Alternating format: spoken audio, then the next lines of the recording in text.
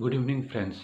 आज का जो टॉपिक है ये वीडियो का वो हो गया कि आपका जो ऑल इंडिया बार एग्ज़ाम जो 19 है वो आपका AIB 19 जो है आपका वो एग्ज़ाम जो होगा उसमें आपका जो सिलेबस है उसमें आपका ओल्ड वाला आएगा या आपका न्यू सिलेबस आएगा।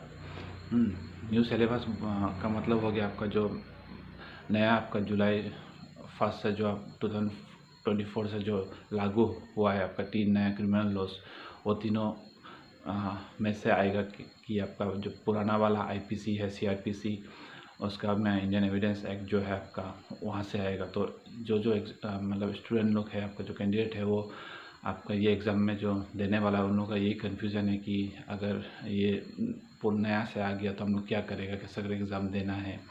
तो इसलिए वो लोग बहुत कंफ्यूज है। और आपका हम देख रहा है कि कोई भी यूट्यूब का जितना भी वीडियो दिया हुआ है उसमें आपका ये क्लियर नहीं है। क्योंकि ये क्लियर क्यों नहीं है आपका कारण आपका जो बार काउंसिल ऑफ इंडिया है उन लोग ने अभी तक आपका जो सिलेबस है आपका एग्ज़ाम का वो अपडेट नहीं किया है। वो पुराना ही अभी तक वेबसाइट में दिया हुआ है। उन लोग का वेबसाइट में अभी तक पुराना वाला ही है।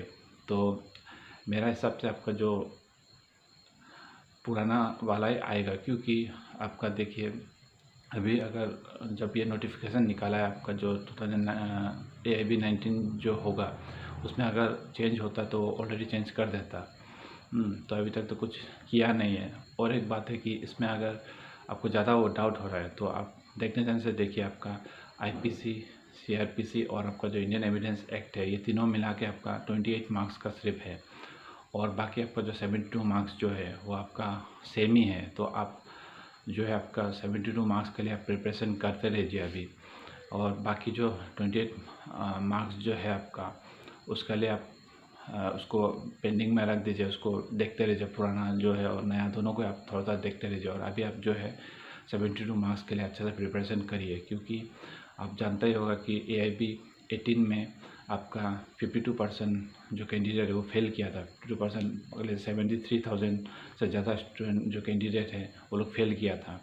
क्योंकि उसका डिफ़िकल्टी लेवल बहुत ज़्यादा था। सब लोग सोचा कि ओपन बुक एग्ज़ाम में BREC लेके जाके आराम से देख के निकाल के एग्ज़ाम दे देगा, लेकिन ऐसा नहीं है। आपका AIB 18 का जो क्वेश्चन पेपर है अगर अच्छा से देखिएगा तो उसमें ज़्यादातर सिचुएशन बेस्ड वाला क्वेश्चन आया है। और BREC से भी ज़्यादा उसमें नहीं था। उसमें आप बिना कंसेप्ट क्लियर का आप उसमें नहीं सकेगा, इसीलिए ज़्यादातर आपका फेल हुआ है। इसलिए आपको अभी समय है आपका थोड़ा ना। एग्ज़ाम तो आपका नवंबर 24 में है, तो अभी तो समय है आपका हाथ में। तो आप अभी कंटिन्यू BREC तो लेके जाएगा ही, साथ में आप अभी से प्रिपरेशन शुरू कर दीजिए। आपका बेसिक जितना है आपका बुक सब से वो सबसे आप ट्राई करना शुरू कर दीजिए।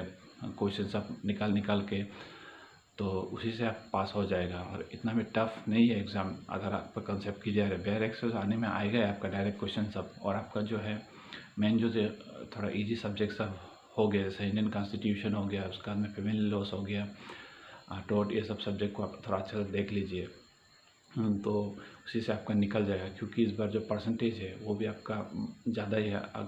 पहले ज़्यादा है, मतलब आपका पहले जो था आपका AIB 18 में उसमें आपका जो था वही अभी 2019 AIB 19 में भी सेम ही रखा है। OBC जनरल वाला के लिए 45% मार्क्स लाना पड़ेगा आपका। 45% मतलब हो गया 100 में से आपको 100 क्वेश्चन में से आपको 45 क्वेश्चन जो है आपको करेक्ट करना पड़ेगा, तभी आप पास होगा।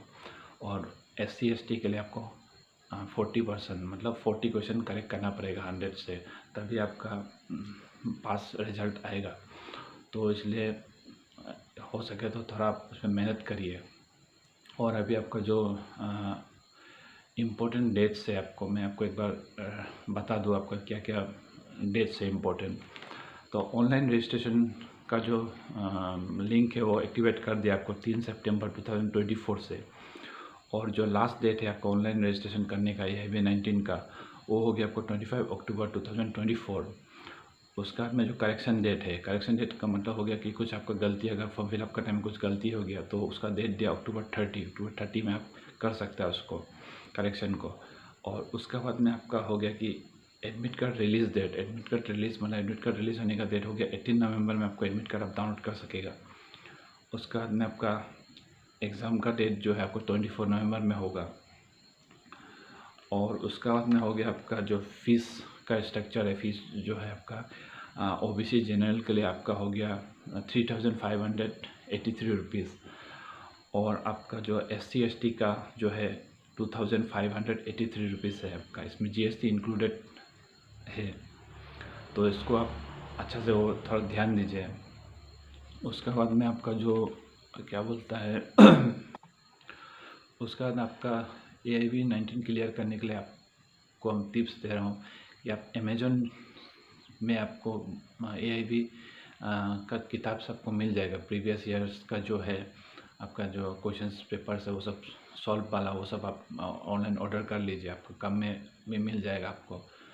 उसके बाद में आपका जो BRX है, BRX विदाउट शॉर्ट नोट्स और विदाउट कमेंट्स वाला ही आपको अलाउ है एग्ज़ाम में, तो आप वो ऑर्डर कर लीजिए, क्योंकि बाहर से आप अगर बुक स्टॉल से खरीदने से आपका दाम ज़्यादा हो जाएगा पड़ेगा आपको, लेकिन ऑनलाइन अमेज़न उससे आप अगर ऑर्डर करता है तो आपको कम में मिल जाएगा। 1500 के लगभग में आपको टोटल आपको पूरा आपका AIB का सेट मिल जाएगा, तो वो आपका ज़्यादा बेनिफिट होगा। सिंगल किताब BRX खरीदने से आपको ज़्यादा कॉस्ट पड़ जाएगा आपका। तो और आपका जो है आपका प्रीवियस ईयर्स का तो आप प्रिपेयर करेगा, साथ में आप जो है मेन टेक्स्ट बुक जो सब है वो सबसे आप अच्छा से देख लीजिए, क्योंकि वहीं से आपका कॉन्सेप्ट क्वेश्चन वाला ज़्यादा आएगा।